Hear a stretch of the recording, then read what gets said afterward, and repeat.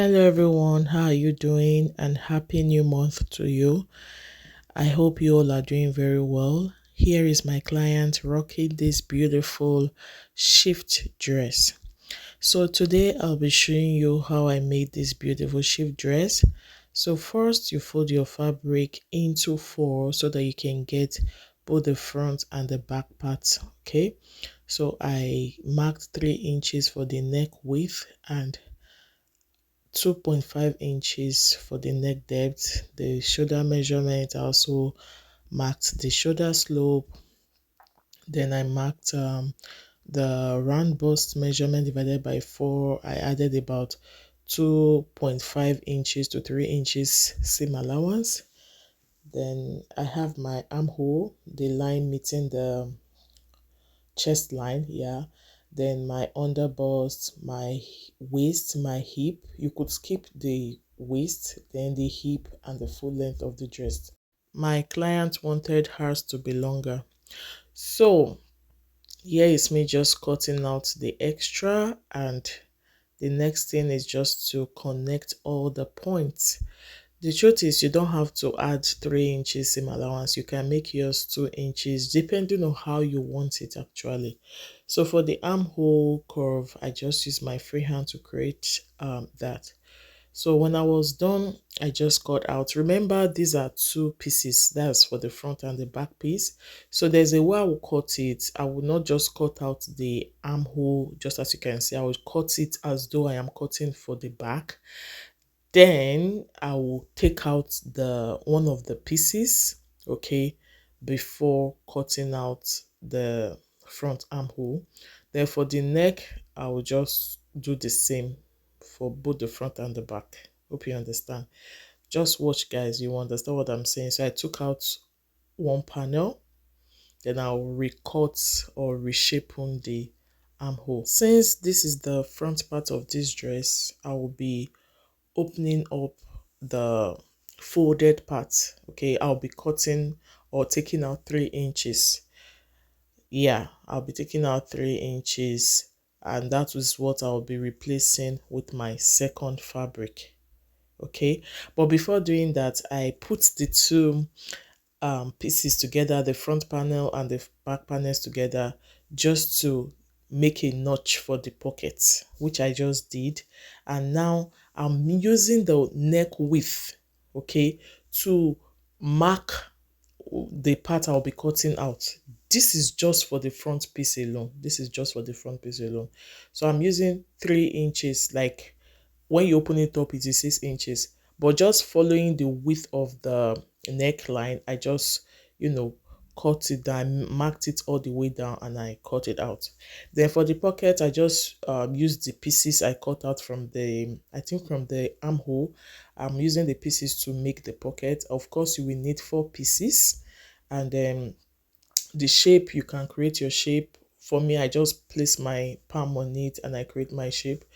And the measurement for this pocket also depends on you. If you want a very big pocket, you can do 10 by 9, but I think this was about 8.5 inches by 9 inches, and I will just be pinning it to the fabric. So take note of the front and the back part, because sometimes it could be very confusing. You could just attach the pockets and they'll be facing opposites. You get it? So you can't be too perfect for this. Just take your time. If it's not looking nice in your on your eyes, you can just go ahead to redo it.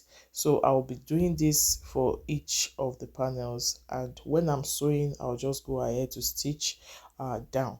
And when you are pinning it, you are going to be pinning it on the seam allowance. Many people make that mistake. If you want your pocket to follow the shape of your dress, just put it on the seam allowance, and there you'll be able to stitch it nicely. So now I'll be cutting out the piece I'll be attaching. So what you would do is just to the piece I cut out, I'll just use it to cut on the second fabric, okay, and probably add ½ inch all the way for joining. If you don't do that, it will be too slim. But then again, you can go ahead to stitch it like that. Just cut exactly what you cut out and use it to cut your second fabric. Here I was taking the measurement of like the, how will I put it, where my pocket would be, but then I'd already done that, so that's like 17.5 inches. But then again, I went ahead to take the round measurement, like from the down, like taking the measurement from the full length all the way around through the neck and down. So that's what I'll be using to cut out my fabric. That's this red fabric. Okay, so because I don't have fabric that is very long, I cut out two pieces and I joined it. I joined it at the top. That will serve as my midpoint. Then from that joining, I came down by 12.5 inches. You can use 13 inches. There's a way you measure it. You just take your tape around your neck to know how deep your neckline is. Then you will just mark it. Okay, in order to make life very easy, go ahead to create a crease line by folding it and ironing it. So from that point I marked, I think 13 inches, either 12.5 inches or 13 inches. I'll just go ahead to stitch down, and you should have something like this after stitching. I'll be opening it up and I'll go ahead to give it a very good press. Another thing you can do is to attach your hairstay for it to be very stable. But as at the time of making this video, I didn't have a hairstay at home, so I just went ahead to do it this way. You can see how neat this is looking. So here I had given it a good press, and I will just go ahead to get the midpoint of that neckline on the dress itself now.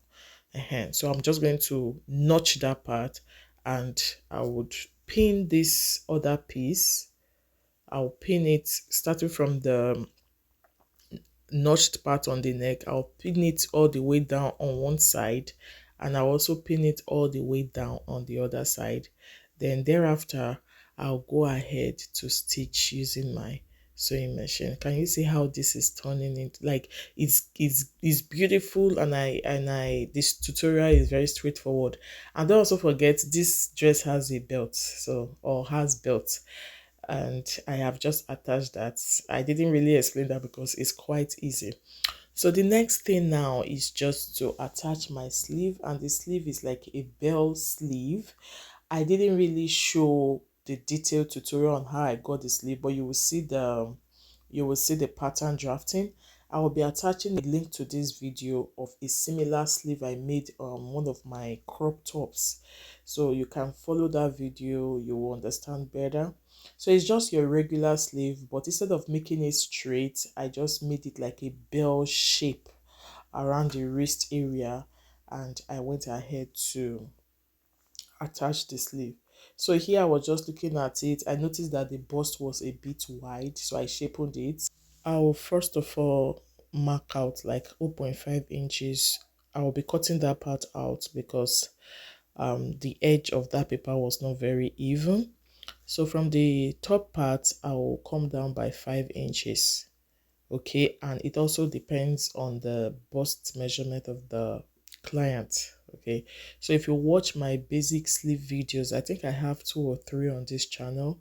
You can check them out. You will see how to properly and neatly draft a basic sleeve. On that line, I just marked my armhole divided by 2. I added my seam allowance. Then from there, I'll connect it upwards, and that will serve as my sleeve cap. I'll get the midpoint and create this something that looks like S. That shows the one for the front part and for the back part. And for the sleeve, like I said, there's a little twist, so I just drew it slant like a bell shape. Okay, and I think that's all for the sleeve.